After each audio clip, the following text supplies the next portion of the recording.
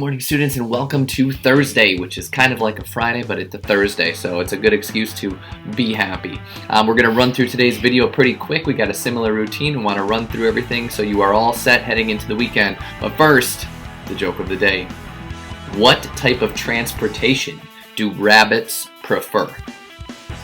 Hairplanes. Here's another name for a rabbit is a hare.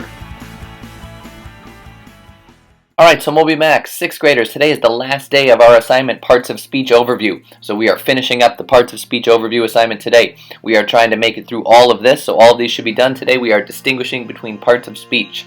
7th graders, we are working on compound sentences. Right, so we have finished the other assignments. We are inside of compound sentences. And when you look at compound sentences, today we are going to be looking at the section that says use commas correctly in there. 8th graders, we are taking a look at the lesson test today. So the lesson test for simple, compound, complex, and compound complex sentences. We want to finish all of these sections on that lesson test today. You are continuing to read your realistic fiction and focusing in on the characters. How do those characters change and form? We have quite a few reader responses that you should have done. Today, we want you to give your protagonist some advice. What advice would you give to your protagonist and why? Then double check that you have the rest of those done and log your reading in reading rewards.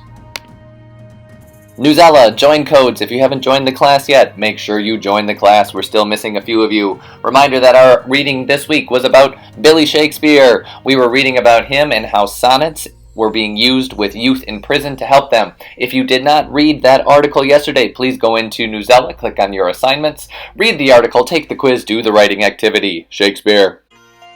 We are also continuing to work on our creative writing in our writing journals. So we should have had 3 prompts this week. We took a look at Monday on how to adult.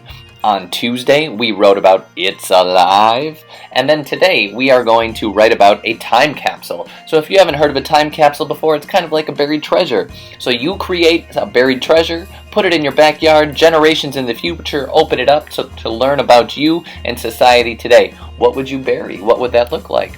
Take a look at the directions in Google Classroom, read through the prompt, do a creative writing, have some fun with it. Alright crew, great job this week.